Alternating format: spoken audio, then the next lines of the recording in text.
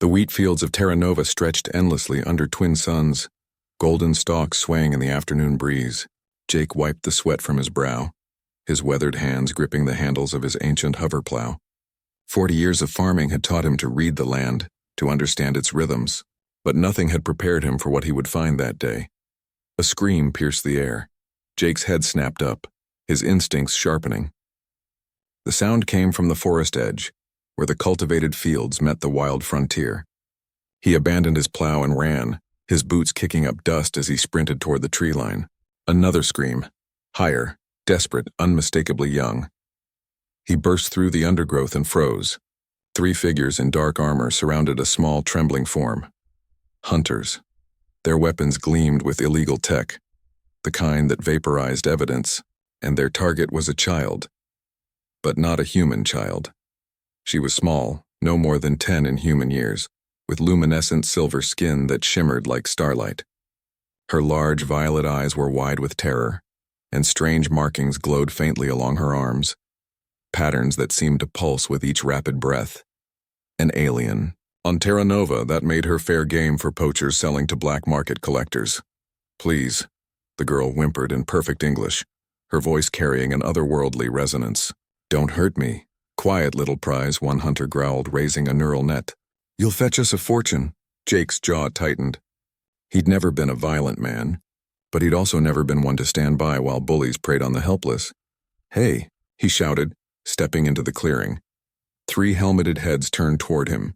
The lead hunter laughed. A harsh sound filtered through his mask. "Walk away, farmer. This doesn't concern you." "Child's crying on my land," Jake said evenly, his hand moving to the plasma cutter on his belt. A farming tool, but deadly enough at close range. "That makes it my concern." The hunters exchanged glances. They had military-grade weapons. Jake had a farmer's stubbornness and a tool meant for cutting through rock. The odds were laughable, but humans had a reputation in the galaxy. A reputation for being unreasonably illogically brave when it came to protecting the vulnerable. "Your funeral," the hunter snarled, raising his weapon. Jake moved first. Years of quick reflexes honed by handling dangerous machinery saved him as he rolled behind a tree. The blast scorched bark where his head had been. He fired his plasma cutter, the beam severing the hunter's weapon in half. The man yelped, stumbling backward. "Run!" Jake shouted to the girl, but she didn't run. Instead, those glowing markings on her arms blazed brighter. The ground beneath the hunter's feet suddenly erupted, roots and vines shooting up with impossible speed, wrapping around their legs. The hunters screamed as the vegetation tightened, pulling them down. Jake stared in shock. The girl's eyes were blazing violet now, tears streaming down her face as she unleashed whatever power lay dormant in her small frame. Within seconds, all 3 hunters were trapped, their weapons scattered. Then she collapsed. Jake rushed to her side, catching her before she hit the ground. She was so light, so fragile. Her skin felt warm, almost humming with residual energy. Her eyes fluttered open, looking up at him with a mixture of fear and hope. "Thank you," she whispered. "You saved Luna." "Luna," he repeated, the name feeling strange on his tongue. "I'm Jake. Let's get you somewhere safe." Jake's farmhouse was modest. Solar panels, a water reclaimer, and walls reinforced against the occasional sandstorm. He laid Luna on his worn couch, covering her with a blanket. She was unconscious now, her breathing shallow but steady. Those strange markings had faded to a dim glow. He contacted the local authorities, but something stopped him from mentioning the alien girl. Instinct, maybe. Or the memory of those hunters and what they'd been willing to do. Luna woke at dusk. Her eyes found him immediately, and she sat up with surprising speed. "Easy," Jake said, raising his hands. "You're safe here." She studied him for a long moment, then spoke. "Why did you help Luna?" "Humans, usually." "Don't. Some humans are idiots," Jake replied simply. "You were scared. You were a kid. That's all that mattered." Something shifted in her expression. Wonder, perhaps, or disbelief. "Luna's people say humans are dangerous, violent, conquering."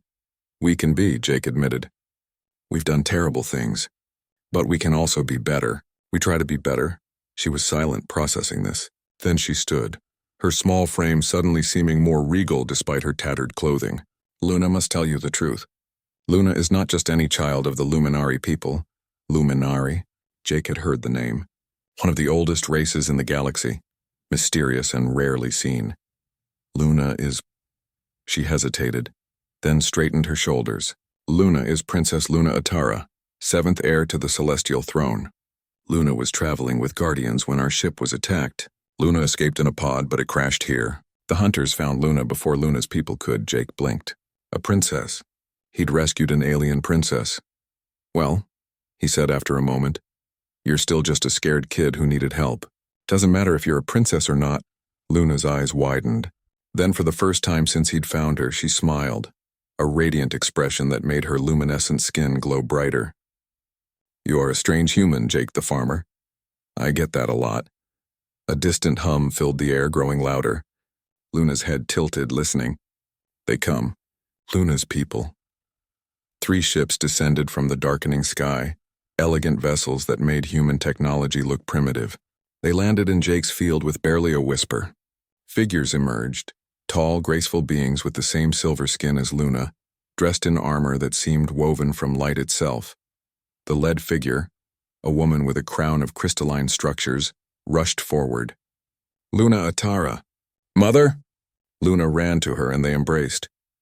The Luminary Queen turned to Jake, her eyes so like her daughter's, assessing him. You protected our daughter. You fought for her when you had no obligation, no reward. You treated her with kindness when she was helpless. Jake shrugged uncomfortably. Just did what was right, the Queen smiled. The Luminari do not forget such debts, Jake of Terra Nova. From this day forward, humanity has a friend in the Celestial Court. And you, personally, have our eternal gratitude. As they prepared to leave, Luna ran back to Jake and hugged him tightly. Thank you, she whispered, for seeing Luna not just a princess, for being brave when you didn't have to be. Jake knelt, meeting her eyes. You take care of yourself, Luna. And maybe when you're queen someday, remember that doing the right thing doesn't require a crown. Just courage. She nodded solemnly, then kissed his forehead, a gesture that left a faint, glowing mark that would fade by morning. As the ships lifted off, disappearing into the stars, Jake returned to his farmhouse. Tomorrow he'd have to fix the damage to his field. There would be questions from the authorities about the captured hunters. But tonight he simply smiled. Sometimes, the galaxy needed a reminder. Humanity's greatest strength wasn't its weapons or its warships. It was its unwavering refusal to look away when someone needed help.